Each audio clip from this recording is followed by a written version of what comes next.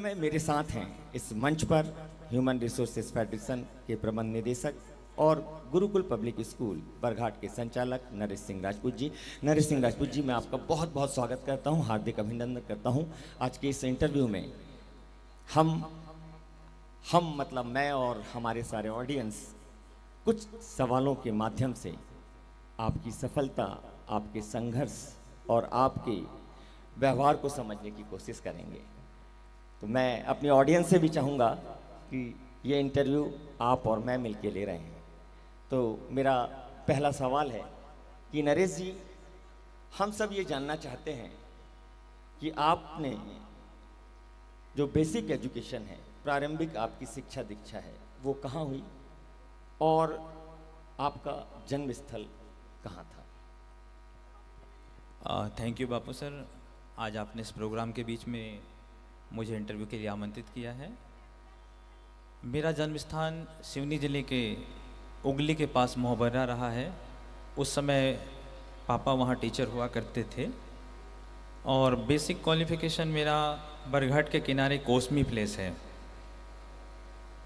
वहाँ से शुरुआत हुई थी और फर्स्ट क्लास से बरघाट बुनियादी स्कूल से मेरी बेसिक शिक्षा हुई है और वो शिक्षा का सिलसिला लगातार चलता रहा है और पढ़ने का मन लगातार करता है ताकि बच्चों को कुछ नया दिया जा सके। तो आज चलते हुए 9 मास्टर डिग्री मैंने ले ली है और पीएचडी मेरी रनिंग में है, तो ये सिलसिला जारी है। नरेश जी, 9 मास्टर्स डिग्री, इसका बहुत जिक्र होता है, बरघाट में भी काफ़ी चर्चाएं हैं कि बरघाट में एक ऐसा व्यक्ति है जिसके पास 9 मास्टर डिग्री हैं। इतनी बड़ी डिग्रियां होने के बाद अमूमन लोग अपने शहर को भूल जाते हैं, अपने क्षेत्र को छोड़ देते हैं और कहीं ना कहीं अच्छे कैरियर के लिए, अपनी लाइफ को बहुत अच्छी बनाने के लिए किसी बड़ी जगह मूव कर लेते हैं। तो क्या आपके मन में इस तरह की कोई बात नहीं आई, इस तरह का कोई सवाल नहीं आया? बापू सर, बताना चाहूँगा कि मेरा ज़्यादातर क्वालिफ़िकेशन बाहर से ही हुआ है। चेन्नई, वर्धा, सागर और लंबे समय तक रहा हूँ। चेन्नई भी लगभग मैं 3 वर्ष रहा हूँ और आगे की पढ़ाई के लिए भी मुझे बाहर होना पड़ता है। मेरे काफ़ी सारे सर्कल के दोस्त हैं, वो भी यही सवाल करते हैं कि आपने इतना क्वालिफ़िकेशन एजुकेशन लिया है तो फिर बरघाट में क्यों हैं आप? आपको बड़े मल्टी सिटी में होना चाहिए, मेट्रो सिटी में होना चाहिए।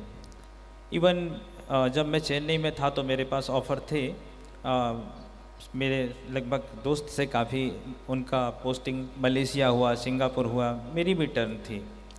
लेकिन जब वहाँ का ऑरा देखा मैंने तो ऐसा लगता है कि नहीं, बरघाट से प्यारा कुछ नहीं हो सकता और मन में इच्छा रही कि ज़्यादा अच्छा बरघाट के लिए किया जाए। नरेश जी, ज़्यादातर लोग थोड़ी सी डिग्री लेके विदेश जाने के लिए सोचने लगते हैं, विदेश चले जाते हैं। इंडिया का एक बहुत बड़ा ब्रेन, अगर हम बात करें इंजीनियर्स, डॉक्टर्स, तो ये फॉरेन में अपनी सेवाएं दे रहे हैं। आप बरघाट में रुक के, मतलब कहीं मुझे ऐसा लगता है कि कहीं ये डिमोशन तो नहीं है, और अगर आप बरघाट में रुके हैं और बरघाट में कुछ नया कर रहे हैं तो इसके लिए आप किसकी प्रेरणा से यहाँ रुके हैं? आपके लिए कौन है जो इस प्रेरणा को देकर आपको यहाँ पे बांधे हुए हैं? बापू सर, ऐसा है कि हर इंसान की लाइफ में परिवार से बढ़कर कुछ नहीं होता है। जब मैं लगभग 2.5 ईयर का था, 2.5 वर्ष का, तब पापा नहीं रहे और माँ ने पूरा लालन पालन किया है। बड़े भाई की बड़ी महत्वपूर्ण भूमिका रही, आज इस प्रांगण में वो भी उपस्थित हैं। बड़ी बहन का साया मुझ पर बड़ा रहा कि उसने उंगली पकड़कर आगे बढ़ाया और यहाँ तक था कि उनकी लेखनी और मेरी लेखनी जब हम लोग लिखा करते थे तो साथ जाती थी। तो वो संस्कार बचपन से रहे। तो आज भी मन करता है कि शाम लौटकर घर में होनी चाहिए, ऐसा संभव नहीं हो पाता है। तो वो चीज़ बांधे रखी यहाँ से। और बरघाट की मिट्टी में बहुत कुछ ऐसा खास है। लगभग मेरे फॉरेन के ट्रिप भी होते हैं और औसतन हर 1 साल 2 साल में होते हैं, लेकिन वो चीज़ वहाँ नहीं मिलती है। और अच्छे शहरों में भी रहकर मैंने देखा है, तो वहाँ 2 दिन, 4 दिन, 5 दिन का वक्त बिताना तो अच्छा होता है, लेकिन बरघाट में सब कुछ है। नरेश जी, बार बार एक सवाल आता है कि आप एक बहुत अच्छे शिक्षाविद हैं, अच्छे जानकार हैं, कई क्षेत्रों में आपका जो ज्ञान है बहुत बढ़िया है, आप जर्नलिज्म के क्षेत्र में भी एक अच्छा दखल रखते हैं, बावजूद उसके आपने ये समाज सेवा का जो प्रोफेशन चुना है, बार बार नाम आता है ह्यूमन रिसोर्सेज फेडरेशन, समाज सेवा संगठन, जबकि सोर्स ऑफ इनकम के लिए अगर आप अपने निजी कारणों से कह रहे हैं कि बरघाट में रहना ही मैंने उचित समझा, तो बहुत सारे काम यहाँ किए जा सकते थे जिससे एक बड़ा धन उपार्जन किया जा सकता है, लेकिन एक समाज सेवा ये थोड़ा हमें समझ में नहीं आता है। तो इसको बताएंगे कि इसके पीछे क्या कारण है? बापू सर, बताना ये चाहूँगा कि परिवार तो है, लेकिन ये बरघाट भी अपना मेरा परिवार है। और चूँकि यहाँ की माटी में मैं पला बड़ा हूँ तो इसका कर्ज बहुत बड़ा है, तो मन करता है कि जितना ज़्यादा कर लिया जाए उतना ठीक है। और मेरे क्वालिफ़िकेशन के पीछे भी लॉजिक ऐसा कुछ नहीं कि मुझे चलकर भविष्य में कोई जॉब करनी है। जनरली लोग पढ़ाई इसलिए करते हैं कि उन्हें नौकरी करनी है भविष्य में। मेरा लॉजिक नौकरी नहीं है। लगभग मेरे पास आज साथ में काम करते हुए 200-250 मेंबर आज की डेट पर काम करते हैं। एक बड़ा कारवा है, अच्छा लगता है। क्वालिफ़िकेशन के पीछे बेसिक ये है कि जो एजुकेशन मैं अपने बच्चों को देना चाहता हूँ, चाहे वो स्कूल का पार्ट हो या कॉलेज का पार्ट हो, उसमें पहले अपनी कमांड हो जानी चाहिए। क्योंकि अगर आप उस बारीकी को नहीं जानेंगे तो आपका शिक्षक क्या पढ़ा रहा है, क्या परोस रहा है आपके बच्चों को, वो जानकारी नहीं हो पाएगी। नरेश जी, मतलब हम ये समझें कि आपकी जो सफलता का एक बड़ा राज है उसके पीछे एक बहुत बड़ी टीम है। अभी आपने कहा कि 200-250 लोग आपके साथ हैं, तो और ऐसे कौन से लोग हैं जो आपके इस संघर्ष में, इस सफलता में आपके साथी हैं? अगर आप बता सकते हैं तो हमारे ऑडियंस को मालूम होना चाहिए कि वो टीम ऐसी कौन सी टीम है जो आपके सक्सेस में आपके साथ होती है। बापू सर, जैसे मैंने कहा कि सबसे सर्वोपरि तो मैं परिवार को मानता हूँ। कि जब मैं 2.5 वर्ष का था और पापा एक्सपायर हुए तो मम्मी एटलीस्ट 30 ईयर की थी, तो वो चाहती तो दूसरी मैरिज कर सकती थी, लेकिन उन्होंने वो ऑप्शन ना चुनकर हम 3 बहन भाइयों का लालन पालन चुना। तो एक ये रहा। दूसरा, एक बड़ा कारवा है हमारे साथ। जैसे मैं इस प्रोग्राम की बात करता हूँ तो काफ़ी सारे शख्स हैं। विष्णु प्रसाद साहू जी हैं, एजाज खान जी हैं, आप भी उसमें शामिल होते हैं, संदीप मिश्रा जी हैं, आशीष दीक्षित जी यहाँ बैठे हुए हैं, अनिरुद्ध तिवारी जी बैठे हुए हैं, ओमकार कश्यप जी से लेकर बड़ा कारवा हमारे साथ चलता है। और बाहर की बात करूँ तो मोहन राव गौतम जी है जो महाराष्ट्र में है, मेरे मेंटर हैं लाइक बिग बी, उनका बड़ा असर है मेरे ऊपर। और जो हमारे ह्यूमन का लोगो डिज़ाइन किया गया है वो भी बड़ी कहानी है। उसमें नाम है, जनरल हम पढ़ते हैं ह्यूमन रिसोर्सेज फेडरेशन, तो उसमें ह्यूमन यानी मानव है, रिसोर्सेज मतलब संसाधन, और फेडरेशन मतलब महासंघ, मतलब मानव संसाधनों का महासंघ।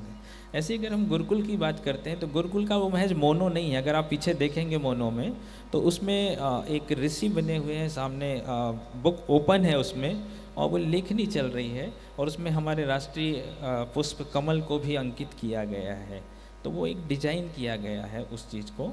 तो बहुत सारे लोग हैं, अगर मैं नाम लूँगा तो लंबी फहरिस्त हो जाएगी। मतलब मैं ये मान लूँ कि जो आपने बताया कि ह्यूमन रिसोर्सेज फेडरेशन का जो लोगो और गुरुकुल का, बहुत बढ़िया, और एक ऑडियंस की तरफ से एक बहुत महत्वपूर्ण सवाल है। और काफ़ी देर से संदीप मिश्रा जी बोल रहे थे पास को संभाल के रखिएगा, पास को संभाल के रखिएगा। तो ये पास का क्या फार्मूला है? जब आप किसी तरह का कोई अमाउंट नहीं ले रहे हैं और आपने पास रखा हुआ, उसे संभालने की बात कर रहे हैं। बीच में मैंने एक लाइन सुनी थी कि कुछ 10 लोगों को जो मतलब पास का जो कलेक्शन हुआ है उस कलेक्शन में से चुना जाएगा और 10 लोगों को इस मंच से सम्मानित किया जाएगा। तो वो तो समझ में आता है, लेकिन आगे उस पास का क्या है? वो उस पास को संभालने के पीछे क्या है? अगले साल आप कुछ करने वाले हैं, उसी पास से एंट्री मिल जाएगी, क्या है? बापू सर, चूँकि कुछ इनोवेशन, नवाचार हमेशा करने का मन में होता है, और आजकल उस पैटर्न में मेरी पूरी टीम भी चलती है। कई बार तो होता है कि मेरे मन में जो आने वाला होता है वो टीम लाकर रख देती है कि नहीं सर, इसको ऐसा नहीं ऐसा किया जाए तो बेहतर होगा। तो काफ़ी बड़ा योगदान रहा है। यहाँ पर भाव्या जी बैठी हुए हैं, दीक्षा जी हैं, सरोजनी जी बैठे हुए हैं, राजपूत मैम खुद हैं। ये बड़ी टीम है जिन्होंने लंबे समय तक आइडियाज़ देने का काम किया है, और उसकी परिणति आज का ये समर कैंप है। तो उसमें ये आई निकल कर बात कि भाई लास्ट ईयर के जो समर कैंप रहे हैं तो उसमें पेरेंट सवाल करता है, जब ओपन किया था हमने समर कैंप तो लास्ट ईयर 68 बच्चा जो अदर स्कूल का हमारे यहाँ इनरोल हुआ था, आज वो संख्या प्लस है। तो उन पेरेंट्स ने हमसे कहा कि भाई आप समर कैंप करा रहे हैं, हमारे बच्चे ने महीने भर आपके यहाँ सीखा है, तो अगर हम आपके यहाँ इनरोल होते हैं तो हमारे बच्चे को क्या डिस्काउंट मिलेगा, क्या छूट मिलेगा? तो गुरुकुल के लिए तो पॉसिबल नहीं हो पाता, तो फिर वो सपोर्ट हम किससे करते हैं? ह्यूमन से करते हैं। इस बार संभालने के पीछे पास के 2 लॉजिक हैं, उसमें 2 नंबर दिए हुए हैं, एक ऊपर और नीचे।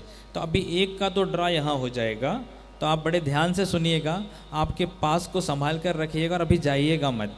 यहाँ पर अल्ताफ़ राजा जी की उपस्थिति में आपको सम्मानित किया जाना उस ड्रा के माध्यम से, तो वो आपका कूपन संभाल कर रखिएगा। दूसरा, आपने सवाल किया कि उसके बाद संभालने के लिए क्यों कहा गया है, तो मैं मंच के माध्यम से सभी ऑडियंस को बताना चाहूँगा कि पहला तो हमने कहा कि वो पेरेंट्स जिनके मतलब पेरेंट्स नहीं हैं, वो बच्चों को हम टोटल फ्री एजुकेशन देंगे। जी। सेकंड थिंग, आपने कहा कि जो होनहार बच्चे हैं, तो हमने प्रतिभावान कहा कि बच्चों को। अबव 85 वाले को हम स्कॉलरशिप की फैसिलिटी देंगे, स्कॉलरशिप उनका जाएगा। जी।